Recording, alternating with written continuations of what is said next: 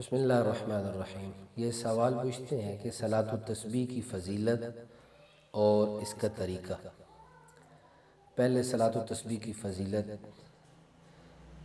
کہ یہ حضور پاک صلی اللہ علیہ وسلم نے یہ نماز اپنے چچا حضرت عباس رضی اللہ تعالیٰ عنہ کو سکھائی تھی، اور فرمایا تھا کہ اس نماز کے پڑھنے سے، یعنی صلاۃ التسبیح کو پڑھنے سے اللہ تعالیٰ اگلے پچھلے چھوٹے بڑے سارے گناہوں کو معاف فرما دیتے۔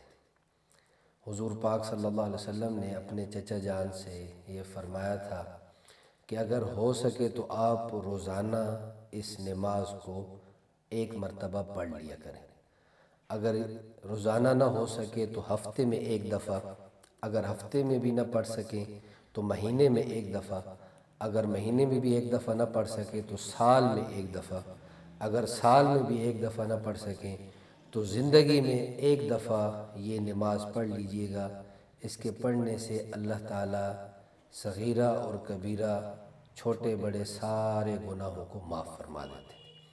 تو یہ ہے صلاۃ التسبیح کی فضیلت۔ اس کا طریقہ کہ اس کے دو طریقے ہیں۔ ایک طریقہ میں عرض کر دیتا ہوں۔ 4 رکعت پہلے نیت ہے، 4 رکعت نماز صلاۃ التسبیح۔ نیت کے بعد پہلی رکعت اس میں ثنا پڑھ کر اور سبحانک اللہم و بحمدک و تبارک اسمک و تعالی جدک و لا الہ غیرک، یہ پڑھنے کے بعد 15 دفعہ یہ تسبیح پڑھنی ہے۔ سبحان اللہ والحمد للہ ولا الہ الا اللہ واللہ اکبر، یہ 15 مرتبہ پڑھنا ہے۔ یہ پڑھنے کے بعد پھر تعوذ، تسمیہ، سورۃ فاتحہ اور پھر سورت، پھر رکوع میں جانے سے پہلے پھر 10 مرتبہ یہی پڑھنا ہے۔ سبحان اللہ والحمد للہ ولا الہ الا اللہ واللہ اکبر، یہ 25 کا عدد ہو جائے گا۔ پھر رکوع میں جائے گا، پھر سبحان ربی العظیم پڑھنے کے بعد پھر 10 مرتبہ یہ پڑھنی ہے، تو یہ تعداد 35 ہو جائے گی۔ پھر رکوع میں کھڑے ہو کر ربنا لک الحمد کے بعد پھر 10 مرتبہ پڑھنا ہے، یہ 45 ہو گئے۔ اور پھر سجدے میں، پہلے سجدے میں 10 دفعہ سبحان ربی الاعلیٰ کے بعد یہ 55 ہو گئے۔ اور پھر پہلے سجدے سے اٹھ کر جلسے میں پھر 10 مرتبہ یہ پڑھنا ہے، 65 ہو گئی۔ اور پھر دوسرے سجدے میں اس طرح 10 مرتبہ سبحان ربی الاعلیٰ کے بعد اس طرح یہ 10 مرتبہ پڑھنا ہے، یہ 75 کا عدد ادا ہو جائے گا۔